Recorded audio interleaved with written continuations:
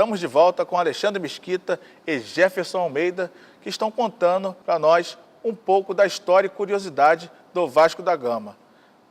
Alexandre, como ficou a história do Vasco com a queda para a segunda divisão em 2009?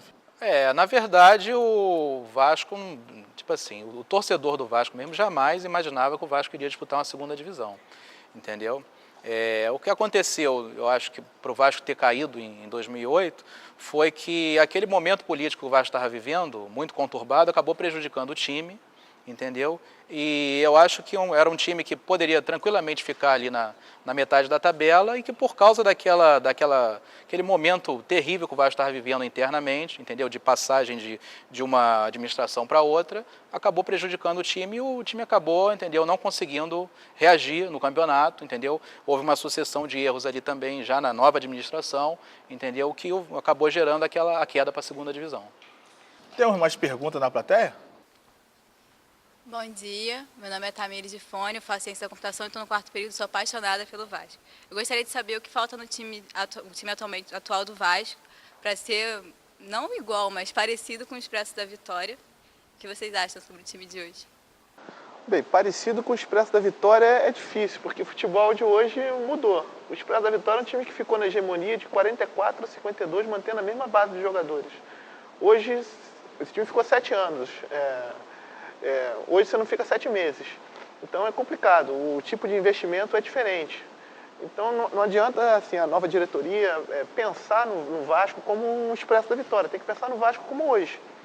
Tá? Hoje precisa o quê? Um trabalho de base, um investimento somente nas posições carentes do time. Tá? E é isso. Tá, Expresso da Vitória não vai ter mais, como não vai ter mais Botafogo dos anos 60, não vai ter mais Máquina Tricolor, Santos, não vai ter mais Pelé. Flamengo de 81, não vai ter mais Santos de Pelé. Hoje o primeiro passo é repensar o futebol como o futebol atual, não como o futebol de antigamente. Jefferson, agora nós notamos que a nossa companheira que fez a pergunta está usando um cordão com o símbolo do Vasco. Vascaíno de coração. Mais uma vascaína entre nós. Agora, Alexandre, como ficou a história do Vasco? Será que manchou com essa queda? Nenhum vascaíno imaginava que o Vasco poderia jogar na segunda divisão. Como estamos contando a história do livro Um Expresso Chamado Vitória, será que ficou alguma mancha? Eu acho que isso aí é uma coisa que daqui a um tempo as pessoas vão esquecer, entendeu? Vai ficar lá na história do clube, mas, entendeu? Para o torcedor que exalta as vitórias do time, ele vai exaltar as vitórias da primeira divisão, entendeu? Um título que o Vasco ganhou no ano passado de segunda divisão, foi importante o Vasco retornar, mas não é um título que tenha um lugar destacado na história do clube. O Vasco tem muito mais vitórias em cima de qual rival? Flamengo, Botafogo ou Fluminense? Isso aí foi importante você falar, porque o grande destaque desse time, do Expresso da Vitória, foi que diante dos grandes clubes cariocas, o Vasco tinha uma vantagem absurda, entendeu? Contra o Flamengo, se eu não me engano, foram 30 jogos, cerca de 30 jogos, o Vasco ganhou 23, perdeu 6 partidas para o Flamengo, entendeu? O aproveitamento do Vasco em cima do Flamengo era em torno de 73%. O Vasco contra o Fluminense era 68% de aproveitamento em termos de pontos. O Botafogo, a mesma coisa, 60 e poucos por cento de aproveitamento. O América, que na época era um grande clube, também era um freguês de caderno do Vasco. Ou seja, então todos os grandes clubes do Rio de Janeiro e do país, todos eles eram fregueses do Vasco. Nesse período do Expresso da Vitória, a única exceção foi o Palmeiras. Era o único time do Brasil que conseguiu ter uma vantagem de vitórias em cima do Vasco. O resto, todos eles eram fregueses. E aqui no Rio, o maior freguês do Vasco era o Flamengo. Nessa época do Expresso. Expresso da Vitória. A história toda, o maior freguês é o Botafogo. O Entre Nós dá um tempo e volta já. No próximo bloco, mais Vasco, mais futebol e mais sobre o livro Um Expresso Chamado Vitória.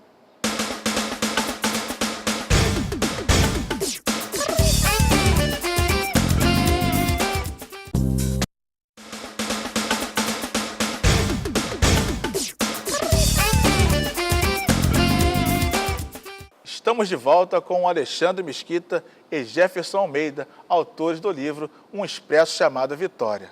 Alexandre, Como o Vasco está escrevendo a sua história atualmente? Atualmente, depois da queda para a segunda divisão e do retorno, né, o Vasco está tentando novamente vencer ter grandes conquistas, né? O Vasco já veio aí de uma campanha do Carioca mais ou menos, né, digna em termos da história do clube, né? E agora no Campeonato Brasileiro, depois do início ruim, eu acho que o time agora está com bons reforços, está contando com bons reforços, e eu acho que daqui para frente o Vasco vai conseguir manter esse nível de estar ali, entendeu? Brigando pelas melhores colocações do campeonato. Chegou um quarteto fantástico, né? Zé Roberto, Carlos Alberto, Felipe e também o Éder Luiz. Eu acho que se tratando, como o Jefferson falou há pouco, né, o futebol de hoje está muito diferente. Naquela época dos Expresso da Vitória, e até mais ou menos os anos 80, os melhores jogadores brasileiros jogavam nos grandes clubes brasileiros, entendeu? Hoje você não tem esse mesmo quadro, entendeu? Hoje você tem os melhores jogadores brasileiros jogando na Europa, jogando em outros países até, entendeu, exóticos, né? Agora, o que o Vasco conseguiu fazer agora? O Vasco trouxe bons jogadores, todos eles são bons jogadores. O Felipe, todo mundo sabe que é um excelente jogador. Zé Roberto é um ótimo jogador. Não são super craques, mas são ótimos jogadores que, com certeza, se tiverem um tempo para amadurecer, para jogarem juntos, ganhar entrosamento, vai ser um time que vai conseguir brigar aí pelas melhores posições. Tem mais perguntas da plateia? Eu queria saber qual foi o período e a parte do livro que foram mais difíceis de ser escrita. Bom, a parte do texto ela foi bem tranquila de fazer, porque como é que é o nosso estilo de escrever? A gente pesquisou muito ficha de resenha dos jogos. A gente conta a história desse time contando os principais jogos, os lances de jogo, o que é bem legal. Tá? Então isso foi bem tranquilo de escrever. A parte mais complicada era a parte de revisão, de rever as fichas técnicas, de rever os dados estatísticos que a gente colocou, de fazer essa conferência, mesmo porque são dados de 60 anos atrás, né, de mais de 60 anos atrás, e que não tem tantos veículos de comunicação para a gente de confrontar os dados, né?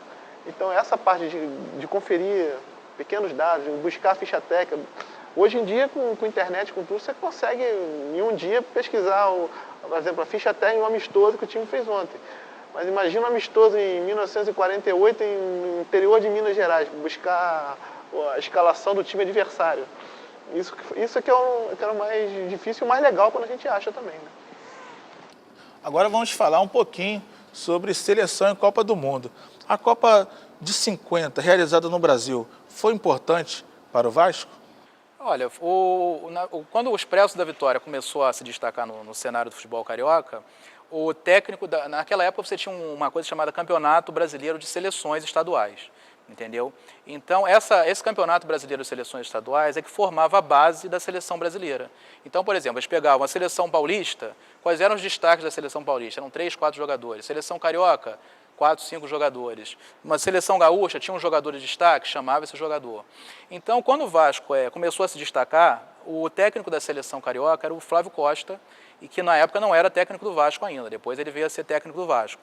E ele, já nesse período, ele já estava de olho no time do Vasco. Ele falou, pô, esse time aí está se destacando, está cheio de jogador bom, entendeu? E o Vasco começou a se tornar base da seleção brasileira já nessa época. A partir de 46, 47, o Vasco começou a ser a base da seleção brasileira. Então, do time do Vasco, sempre se chamavam 3, 4, 5 jogadores para a seleção brasileira, entendeu? E da seleção paulista, que você tinha o São Paulo como time base da seleção paulista, você chamava um número também grande de jogadores, mas sempre inferior ao número de jogadores que era chamado do Vasco, né, e do Expresso da Vitória.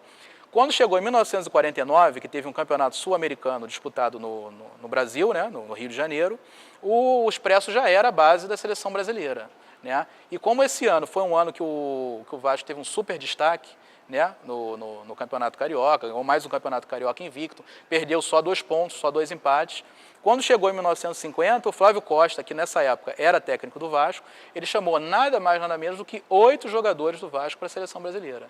Ou seja, desses 8 jogadores, 5 jogadores eram titularíssimos da seleção brasileira. Se a Copa fosse realizada hoje, o Vasco teria representantes na seleção? Eu acho que como ele está no começo de trabalho, eu acho que ele mesmo não tem um time, entendeu? Ele pode estar até dizendo que esse time vai ser o time que ele vai alimentar para a próxima Copa, mas eu acho que o Mano Menezes ele não sabe ainda o que ele vai fazer. Entendeu? Hoje você tem na imprensa aí muita gente falando, não, tem que convocar jogadores que jogam no Brasil, você vê que dessa seleção que ele convocou, já tem 3, 4 que já estão saindo para a Europa. Ou seja, me parece que essa próxima convocação que ele vai fazer, ele vai convocar só jogadores que jogam na Europa. Ou seja, eu acho que hoje vai ser difícil você ter uma seleção brasileira que você não tenha 9 ou 10 titulares jogando na Europa. Acho muito difícil. Até porque quando você tiver um jogador em destaque aqui, não vai demorar muito tempo. Na próxima convocação ele já não está mais. Exatamente. Bem, no cinema está sendo produzido o filme Heleno, que conta a história de um jogador vascaíno. O Expresso chamado Vitória está superando as expectativas de venda. A que vocês atribuem o número grande de interessados pelo Vasco da Gama? Bem, a gente até tinha falado no início, a torcida do Vasco estava meio sedenta por informações sobre a história do time, porque tinha poucas coisas. Né? Então, e também com a própria queda para a segunda divisão em 2008, começou a haver esse resgate por parte da torcida. Né? Já que o time atual também não está nessa coisa, vamos resgatar desde o início, desde a história. Então, eu acho que isso influencia bastante. O Entre Nós está terminando. Só lembrando que no dia 21 de agosto, o Vasco completou 112 anos. Agradeço a presença de Alexandre Mesquita e Jefferson Almeida, autores do livro Um Expresso chamado Vitória. E se você quiser saber mais sobre o livro Um Expresso chamado Vitória, podem acessar www.umexpressochamadovitória.com.br.